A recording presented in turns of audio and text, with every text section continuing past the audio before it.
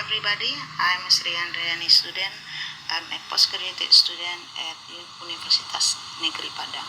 I will present my research test about students' perception on reward and punishment implemented at junior high school. Chapter 1, Introduction. This chapter explains why this study is conducted. This chapter includes background of the study, statement and limitation of the problem, research question, purpose of the study, and significance of the study. Background of the study. Many teachers apply reward and punishment method to encourage student motivation and discipline at junior high school. That's why it is important to see students' perception of reward and punishment implemented at junior high school. Limitation of the problem. This study is focused on the students' perception on reward and punishment implemented at junior high school. The research question in the study is, what is students' perception on the effect of reward and punishment implemented at junior high school toward students' motivation? To answer the research question, the purpose of the study is to know students' perception on the effect of reward and punishment implemented at junior high school towards students' motivation. Significance of the study. For the researcher, this study can give the research an issue especially about reward and punishment, while for the teachers will know students' perception about the reward and punishment implemented at junior high school students. Chapter 2. This chapter is aimed to support this study with related literature.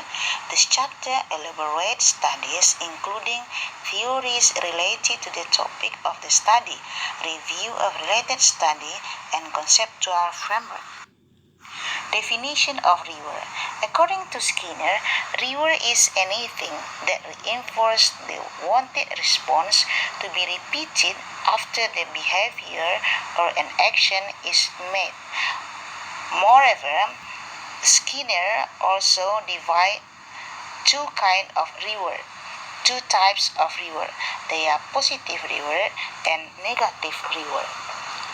Positive reward is an intangible aware of recognition, a sense of achievement, or a conscious satisfaction. For example, it is the knowledge that you did something right or you helped someone and made their day better.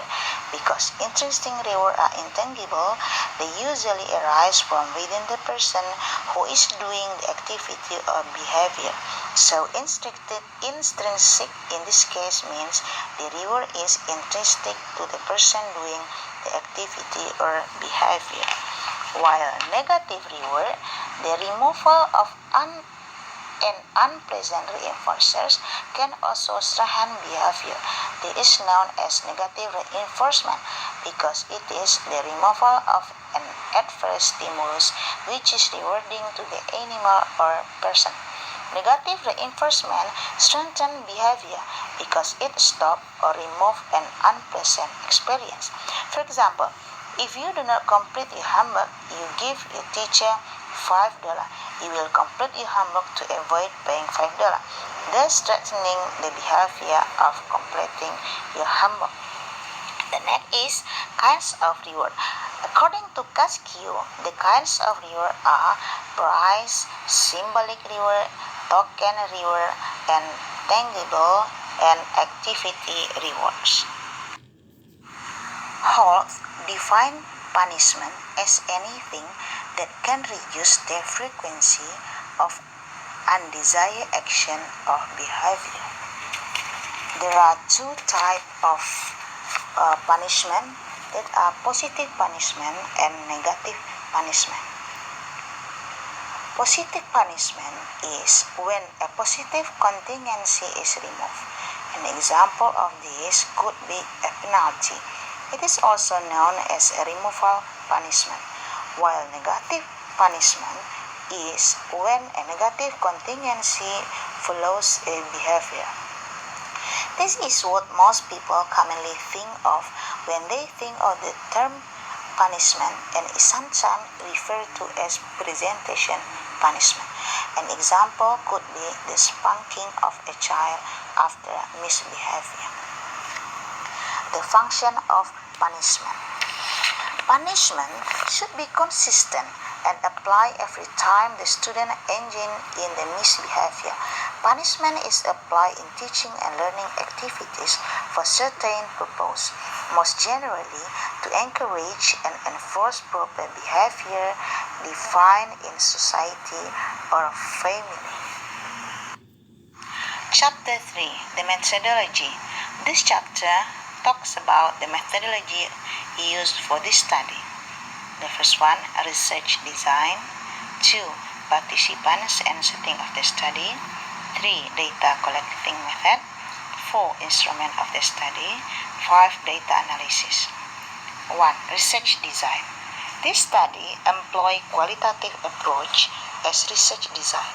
It was to help the researcher to reach her aim for the study, which was to find out students' perception on reward and punishment implemented at junior high school students. The second one, the researcher chose SMPN1 Bayang Utara as the setting to conduct the study because the researcher saw and experienced the reward and punishment issue of this study happening at the school. The researcher approached students of SMPN1 Bayang Utara to participate and cooperate in this study. 3. Data collecting. The researcher finished the data collection of this study through conclusion interview with participants.